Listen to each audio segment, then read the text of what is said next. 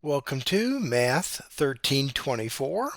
We are looking at section 4.3, where we're still looking a little more deeply in terms of systems of equations and our row operations with matrices. So, we've got a system of equation, x plus y is 3. 2x minus y is 0. All right, so I transform that into my augmented matrix.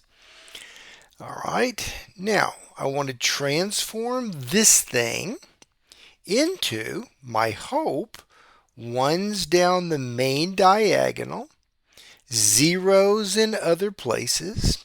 And if I can do that, the answer for x will appear on the top, the answer for y, or the second variable underneath it.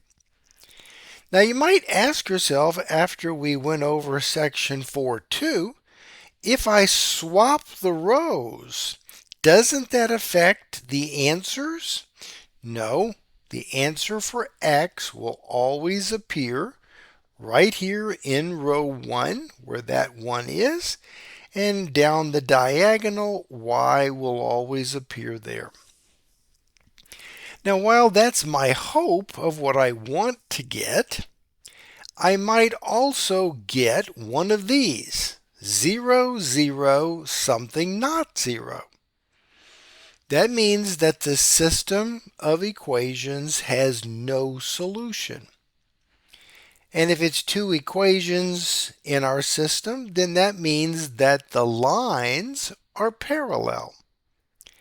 And if I get a whole row of zeros, that means I've got the same line and they are touching at an infinite number of places.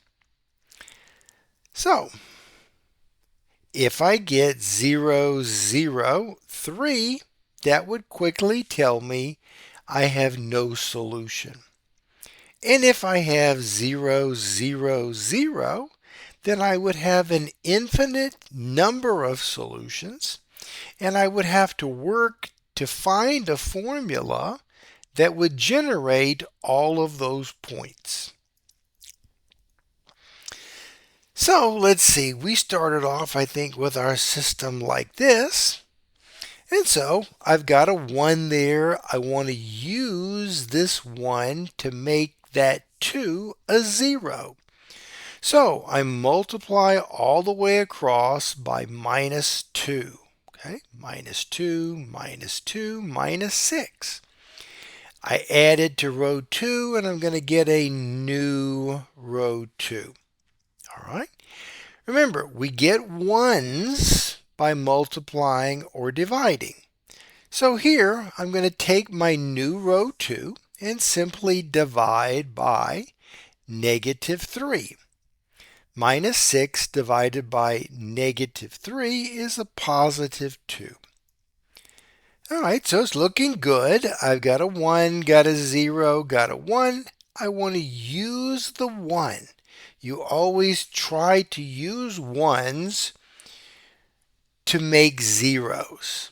And if you don't have a 1, you just try to make do with whatever number you've got to make the 0. Here it's easy. I'm going to multiply this row by minus 1 and then add. All right, so here's minus 1 times row 2.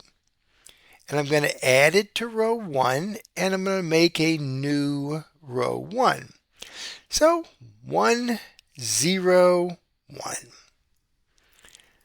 So what do I learn? Well, got ones down the main diagonal, zeros other places. So x is 1, y is 2. So again, just to go over our strategy, I want a 1 in the top left first. Use the 1 to make a 0.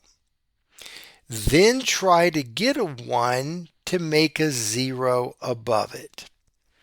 If our system is bigger, I take my 1 and then I have to make 2 zeros under it.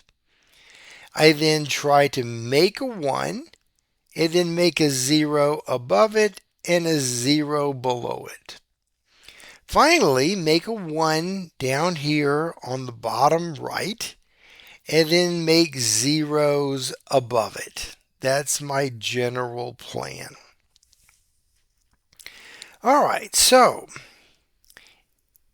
in question 1 here, they just want you to take your augmented matrix and rewrite it with variables. See, so I just grab the numbers again. The vertical line is where the equals is. And then question 2 takes a while.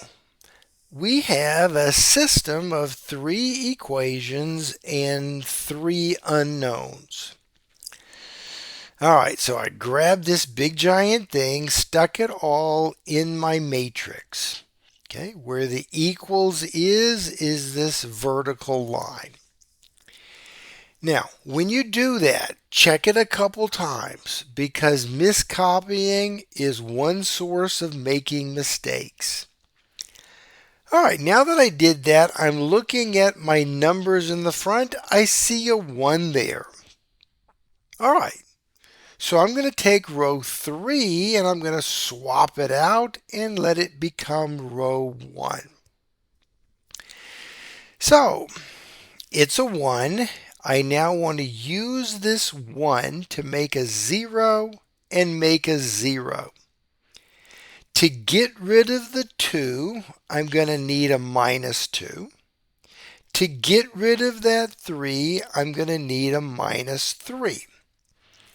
And so the details are over here on the right. Here's the -2. Here's the -3.